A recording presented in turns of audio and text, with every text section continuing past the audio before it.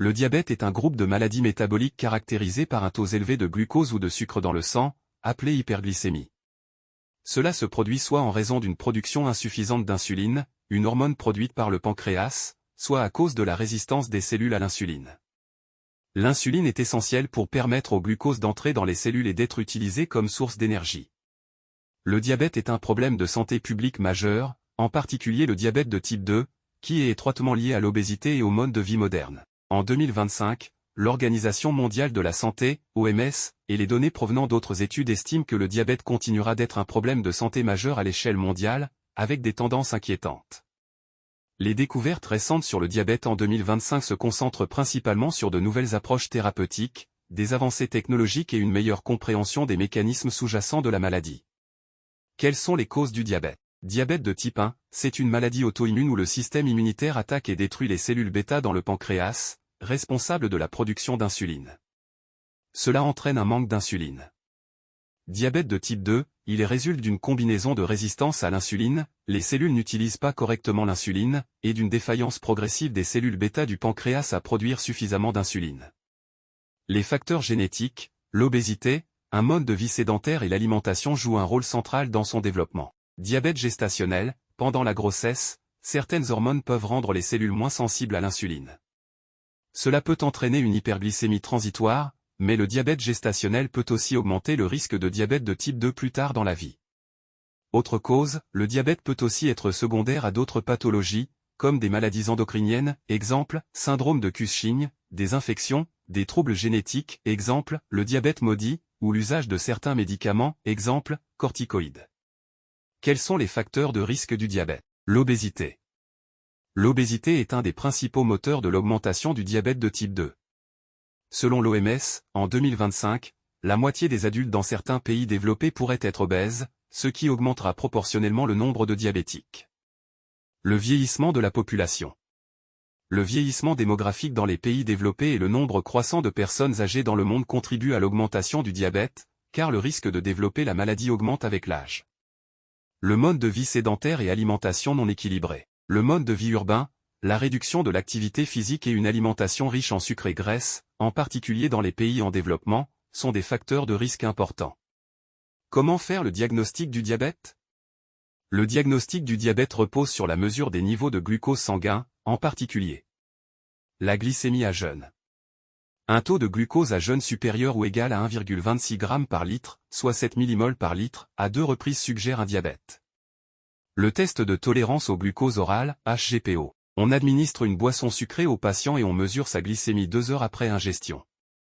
Un taux supérieur ou égal à 2 g par litre, soit 11,1 mmol par litre, indique un diabète.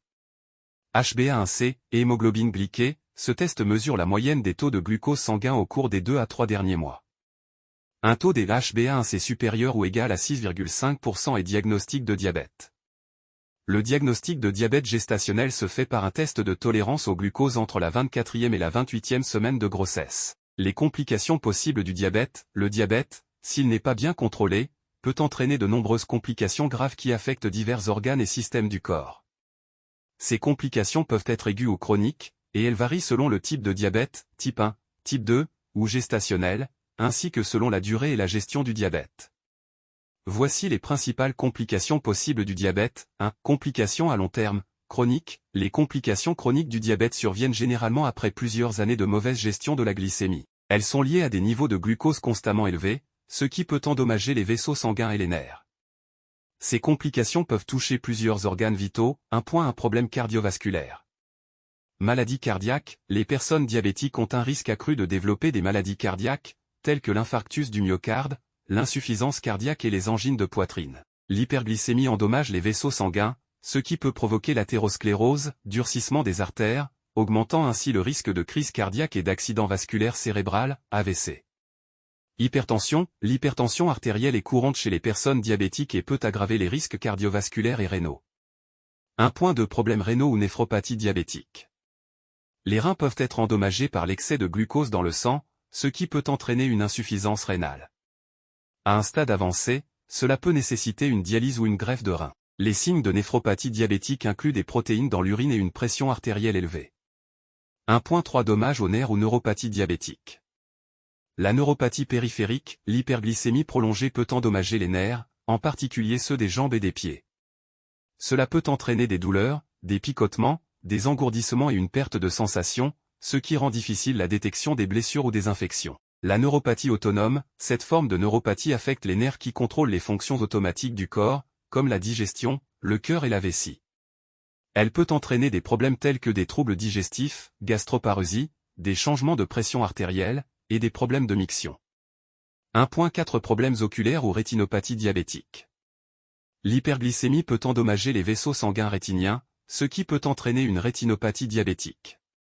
Cette condition peut conduire à des problèmes de vision et, dans les cas graves, à la cécité. La cataracte et le glaucome sont également plus fréquents chez les personnes atteintes de diabète. 1.5 Problèmes cutanés. Les personnes diabétiques sont plus sujettes aux infections cutanées, en raison d'une mauvaise circulation sanguine et d'une réponse immunitaire affaiblie. Les infections fongiques, les infections bactériennes et les blessures qui guérissent lentement sont courantes. Des lésions cutanées peuvent également être liées à des problèmes circulatoires, notamment des ulcères des pieds, appelés ulcères diabétiques, qui peuvent être graves et nécessiter des soins spécialisés. 1.6 Problèmes dentaires. Le diabète augmente le risque de gingivite, parodontite, inflammation des gencives, et de maladies parodontales graves.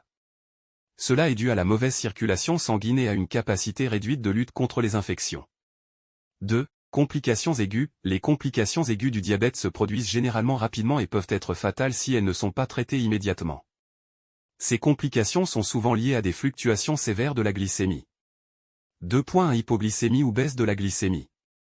Une baisse excessive de la glycémie, en dessous de 0,7 g par litre, peut entraîner des symptômes graves, notamment des tremblements, de la confusion, des convulsions, voire un coma. Elle peut être causée par une trop grande dose d'insuline ou de médicaments hypoglycémiants, un repas manqué ou une activité physique intense.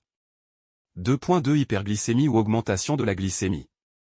L'hyperglycémie se produit lorsque les niveaux de glucose dans le sang sont trop élevés, ce qui peut entraîner des symptômes tels que la soif excessive, la fatigue, des mictions fréquentes, et, dans les cas graves, un coma diabétique. 2.3 Acidocétose diabétique ou cétose. C'est une complication fréquente chez les personnes atteintes de diabète de type 1. Elle survient lorsque le corps ne peut pas produire suffisamment d'insuline, ce qui entraîne la formation de corps cétoniques dans le sang, provoquant une acidité dangereuse. Les symptômes incluent une respiration rapide et profonde, des nausées, une déshydratation et un coma. 2.4 Syndrome hyperosmolaire hyperglycémique, SHH. Ce syndrome est plus fréquent chez les personnes atteintes de diabète de type 2 et se caractérise par des taux de sucre extrêmement élevés, associés à une déshydratation sévère et des perturbations mentales. Cela peut entraîner un coma et nécessite un traitement d'urgence. 3 Autres complications potentielles.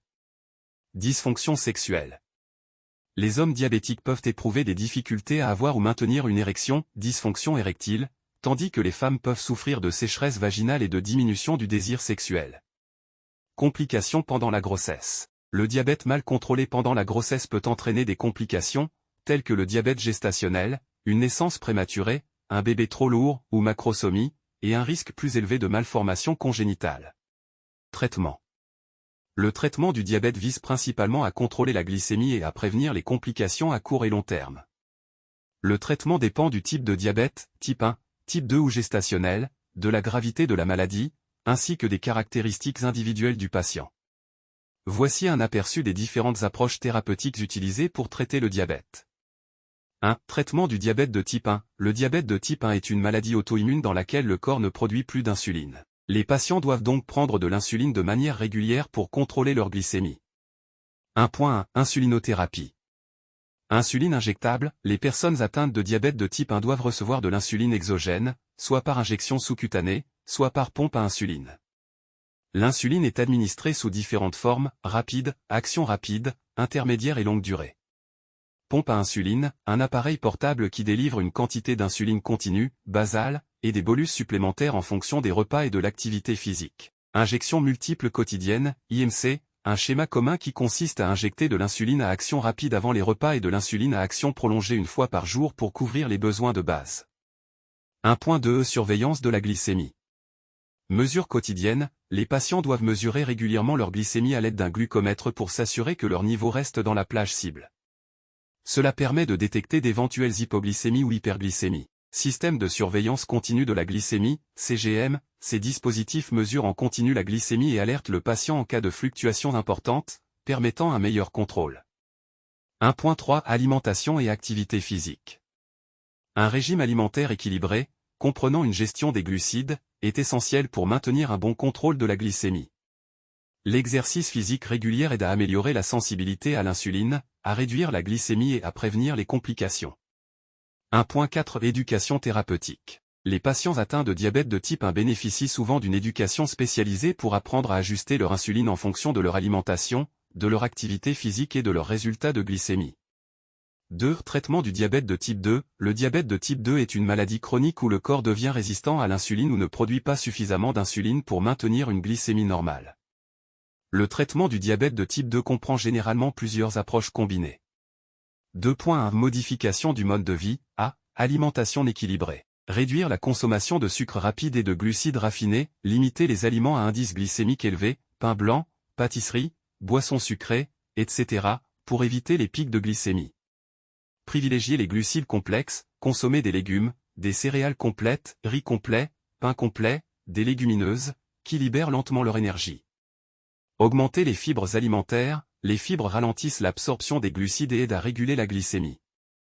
Elles se trouvent dans les fruits, légumes, céréales complètes, légumineuses. Contrôler les portions, éviter les excès caloriques en veillant à la taille des portions et en respectant les apports recommandés. Favoriser des graisses saines, choisir des graisses insaturées comme celles des huiles végétales, olives, colza, des poissons gras, saumon, maquereau, et des noix. Limiter les graisses saturées et trans, réduire la consommation de charcuterie, beurre, fromage gras, friture, et produits industriels. B. Activité physique régulière. Exercice modéré et régulier, pratiquer au moins 150 minutes d'activité physique par semaine, marche rapide, vélo, natation, danse, etc. L'exercice permet de réduire la résistance à l'insuline et d'améliorer la gestion du poids. Renforcement musculaire, intégrer des exercices de renforcement musculaire, 2 à 3 fois par semaine, pour améliorer la masse musculaire et la sensibilité à l'insuline. C. Gestion du poids. Maintenir un poids santé, le surpoids ou l'obésité augmente la résistance à l'insuline. La réduction du poids corporel, même modérée, 5 à 10% du poids corporel, peut avoir un effet significatif sur le contrôle de la glycémie. Réduire l'apport calorique, en fonction de l'IMC, une réduction modérée de l'apport calorique peut être nécessaire pour atteindre et maintenir un poids stable. D. Réduire la consommation d'alcool et de tabac. Limiter l'alcool peut provoquer des variations de la glycémie.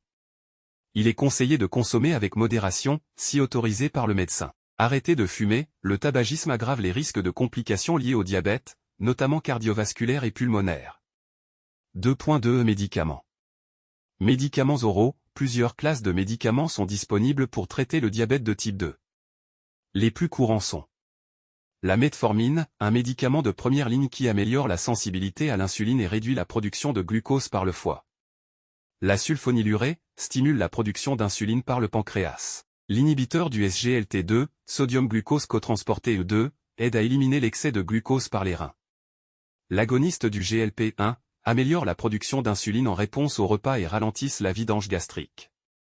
Le thiazolidinedione, TZD, améliore la sensibilité à l'insuline dans les tissus. Injection d'insuline, dans les cas plus graves où lorsqu'un contrôle du diabète ne peut pas être obtenu uniquement avec des médicaments oraux, l'insuline peut être nécessaire. Médicaments combinés, certains patients prennent une combinaison de ces médicaments pour mieux contrôler leur glycémie. 2.3 Chirurgie bariatrique. Pour les patients obèses avec un diabète de type 2, la chirurgie bariatrique, comme la chirurgie de réduction de l'estomac, peut être envisagée. Elle peut conduire à une rémission du diabète en raison de la perte de poids significative. 3. Traitement du diabète gestationnel. Le diabète gestationnel survient pendant la grossesse, généralement après la 24e semaine. Le traitement vise à contrôler la glycémie pendant la grossesse pour protéger la mère et le bébé. 3.1 Suivi et surveillance de la glycémie. Mesure régulière de la glycémie à domicile pour s'assurer que les niveaux restent dans la plage cible. Le médecin peut recommander des tests supplémentaires pour évaluer le contrôle de la glycémie. 3.2 Alimentation et activité physique.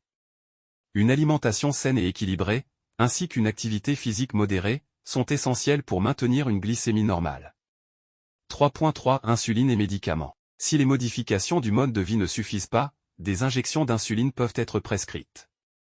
Certains médicaments oraux, comme la metformine, peuvent également être utilisés dans certains cas, bien que l'insuline soit plus couramment prescrite. 3.4 Suivi après l'accouchement. Un suivi postpartum est nécessaire pour vérifier si le diabète gestationnel disparaît après l'accouchement et pour évaluer la glycémie à long terme, car ces femmes sont à risque de développer un diabète de type 2 plus tard dans la vie. 4. Traitement des complications du diabète. La gestion du diabète inclut également la prévention et le traitement des complications associées. Antihypertenseurs, utilisés pour contrôler l'hypertension, un facteur de risque pour les complications cardiovasculaires et rénales.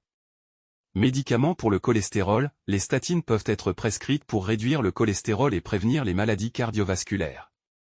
Médicaments contre les infections, les patients diabétiques peuvent être plus sujets aux infections, et un traitement antibiotique peut être nécessaire. Soins des pieds, les patients doivent recevoir des soins réguliers des pieds pour prévenir les infections et les ulcères. Soins des yeux, des examens oculaires réguliers pour détecter la rétinopathie diabétique. Les découvertes de 2025 promettent des avancées significatives dans la prévention, le traitement et la gestion du diabète, rendant cette maladie de plus en plus maîtrisable et, dans certains cas, réversible. Les innovations technologiques, les nouvelles thérapies et la recherche fondamentale ouvrent de nouvelles perspectives pour améliorer la qualité de vie des patients et réduire l'impact du diabète sur la santé publique. Voici quelques domaines clés où des progrès ont été réalisés. 1. Méthode de traitement avancée. Insuline intelligente. De nouveaux dispositifs de libération d'insuline, dits intelligents, sont en développement. Ces systèmes peuvent ajuster automatiquement la dose d'insuline en fonction des niveaux de glucose mesurés en temps réel, réduisant ainsi les risques de complications. Thérapie génique. La thérapie génique pour le diabète de type 1 progresse, avec des études prometteuses sur l'injection de gènes pour stimuler la production d'insuline par le pancréas. Bien que ces traitements soient encore en phase expérimentale, ils montrent un potentiel important. Cellules souches et régénération pancréatique. Des recherches sur l'utilisation de cellules souches pour réparer ou remplacer les cellules pancréatiques productrices d'insuline continuent de montrer des résultats positifs. Cela pourrait potentiellement offrir une solution à long terme pour les patients atteints de diabète de type 1. 2. Technologie de suivi du glucose. Système de surveillance continue du glucose, CGM. Les appareils CGM se sont améliorés, offrant une plus grande précision et la possibilité de partager les données avec des professionnels de santé en temps réel. Certaines versions de ces dispositifs peuvent également intégrer des systèmes d'alerte pour prévenir des épisodes d'hypoglycémie ou d'hyperglycémie. Implants sous-cutanés intelligents. Les implants qui mesurent en continu la glycémie et qui peuvent aussi délivrer de l'insuline sur demande se perfectionnent. Ces dispositifs miniaturisés permettent un contrôle plus précis et moins intrusif pour les patients. 3. Amélioration de la compréhension des causes sous-jacentes. Recherche sur le microbiome intestinal. De nombreuses études récentes ont montré que le microbiome intestinal joue un rôle crucial dans le développement du diabète de type 2. Des recherches suggèrent que modifier le microbiome par des interventions alimentaires ou des probiotiques pourrait améliorer la gestion du diabète. Inflammation et résistance à l'insuline. De nouvelles découvertes sur le rôle de l'inflammation chronique et de la résistance à l'insuline permettent de mieux comprendre les processus biochimiques à l'origine du diabète de type 2, ouvrant la voie à de nouvelles cibles thérapeutiques. 4. Prévention et dépistage précoce.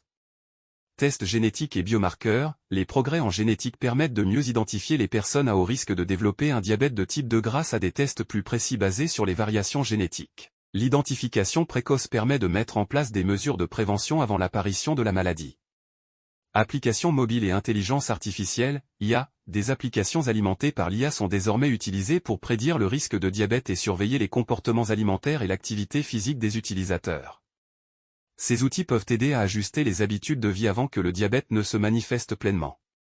5. Traitements alternatifs et complémentaires. Nouveaux médicaments. Des médicaments non insulinés, comme les inhibiteurs du SGLT2 et les agonistes des récepteurs GLP-1, continuent d'évoluer et de montrer des bénéfices dans la gestion du diabète de type 2, notamment en réduisant les risques cardiovasculaires associés à cette maladie. Approches alimentaires. Des recherches récentes montrent que des régimes alimentaires spécifiques, tels que le jeûne intermittent ou un régime pauvre en glucides, peuvent être efficaces pour prévenir ou gérer le diabète de type 2, en aidant à la perte de poids et en régulant la glycémie. 6. Diabète et maladies cardiovasculaires. Réduire les risques cardiovasculaires. De plus en plus de recherches se concentrent sur l'interconnexion entre le diabète et les maladies cardiovasculaires.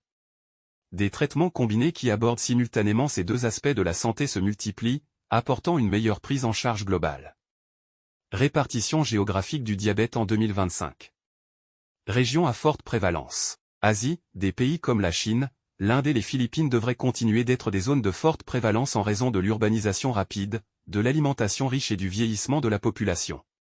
Moyen-Orient, le taux de diabète est particulièrement élevé dans des pays comme les Émirats arabes unis, le Qatar et l'Arabie saoudite, où le mode de vie sédentaire et la consommation de nourriture ultra-transformée sont des problèmes majeurs. Amérique du Nord, aux États-Unis et au Canada, la prévalence de diabète devrait continuer à augmenter, avec des disparités raciales et ethniques notables, par exemple, une prévalence plus élevée chez les Afro-Américains et les Latinos.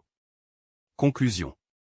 En 2025, le diabète devrait continuer à être une priorité de santé publique mondiale, avec une prévalence en forte croissance dans de nombreuses régions.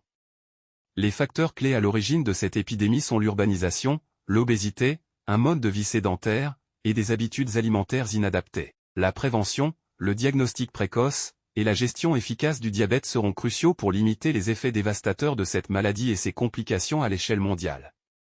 La clé d'une gestion réussie est une combinaison de traitement médical, de surveillance continue et de collaboration avec les professionnels de santé. Si vous aimez ce contenu, veuillez vous abonner, liker et partager pour me soutenir. Merci pour votre attention.